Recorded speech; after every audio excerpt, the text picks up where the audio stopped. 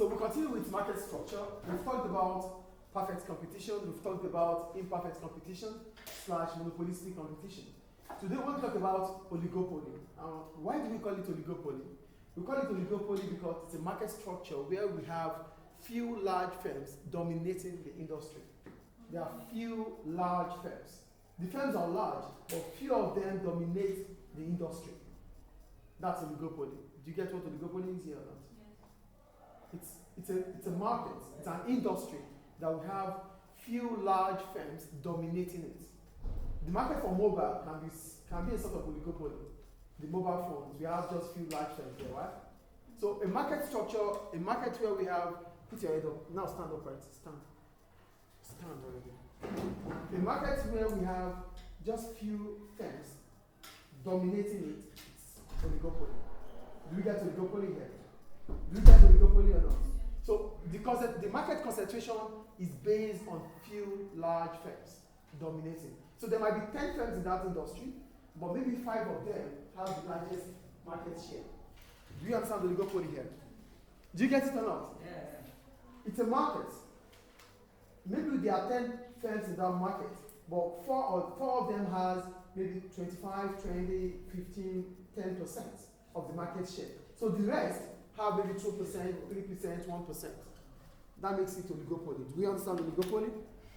Do you understand oligopoly here, please? Great. So what are the features of oligopoly? The first one, few sellers in the industry. No, it's okay. I won't kick you out, trust me. Go to the back. I won't kick you out. To the back. To the back. I would rather make you uncomfortable than to kick you out. No, hello? Come forward.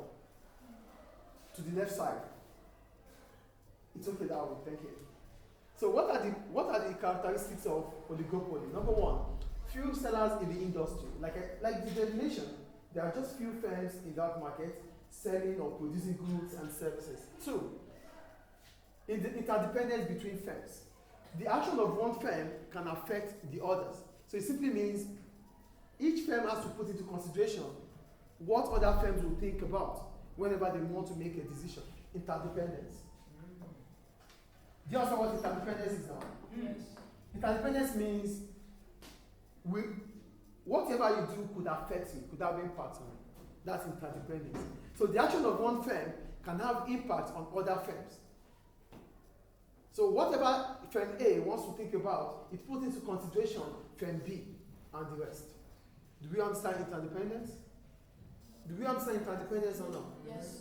There's dependence, which simply means you have to rely on someone. That is dependence. But interdependence simply means we have to rely on each other. Whatever we do, whatever I do affects you. Whatever you do could affect interdependence. Do we get it? And there's independence, which simply means you can do whatever you want yourself. Does it make sense, guys? Great. The third one, retaliation. In form of retaliation, simply means whatever firm A does, firm B might do as well. So if firm A, because it wants to attract more customers, reduces its price, firm B will do the same. That's retaliation. Do we get retaliation here? Do we understand what we're talking about here? It's oligopoly. It's a market structure where we have few firms dominating. And because few firms are dominating, it simply means the action of one could affect the others. And that is the third one. Do we get it? The next one, product differentiation occurs. Although they are almost the same products, they are substitutes, they are close substitutes. So which simply means each firm, they have to find a way to differentiate their products. When you see Samsung, you know it's Samsung. When you see Apple, you know it's Apple. Yes or no? Why? Because there is a sort of product differentiation between them. But they are substitutes, they are phones. Yes or no? Yes. So look at what I wrote here. The goods sold are close substitutes. These allow firms to engage in advertisement to convince consumers to buy their products instead of those of competitors.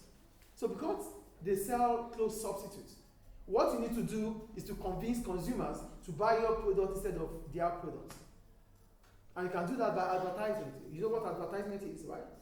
Creating awareness about your products, passing information about your product to customers so that they can be convinced about buying from you. Does it make sense? Do you have any questions up to now? The next one, barriers to entry. When we talk about barriers to entry, we're simply talking about reasons why firms might find it difficult to come into the market.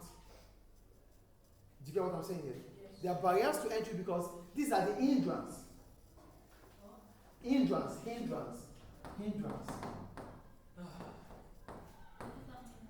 Blockade. What stops you from?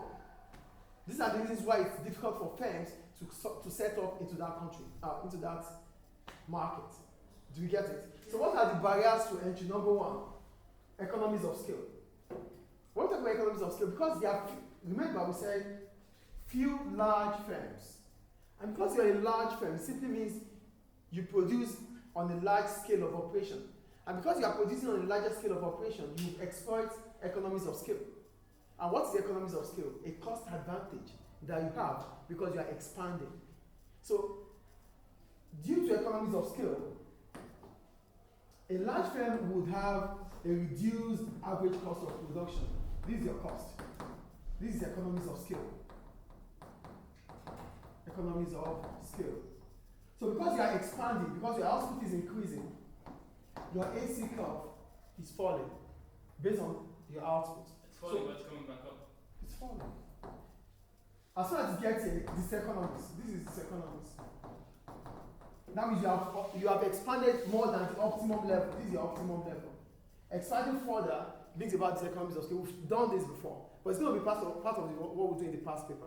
But what I want you to understand here is that in an oligopolistic competition, firms there are large, and because they are large, their average cost of production is always falling. And it is difficult for a new firm to come into the market and start becoming big.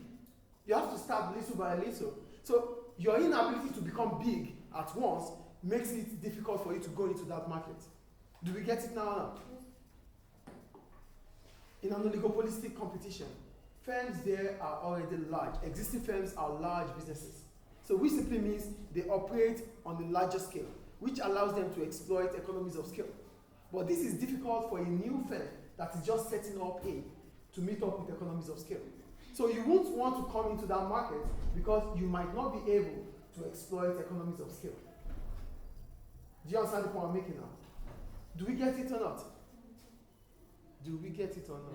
Yes. There's a barrier to entry.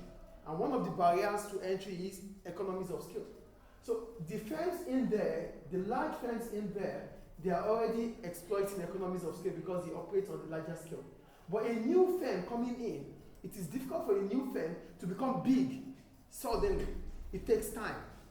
And because it's going to take time, it discourages you from going into that market to compete. Do we get it now? Do we get it or not? Do you want me to explain further or it's understood? Yeah.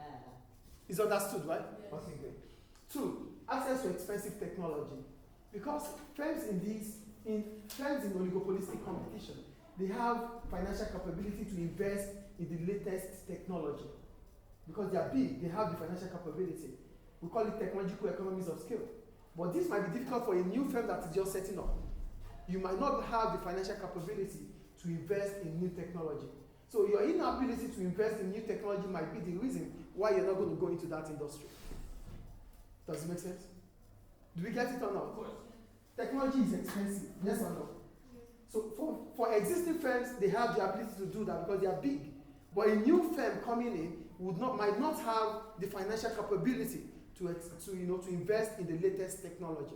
And if you cannot invest in the latest technology, it becomes difficult for you to be efficient and compete.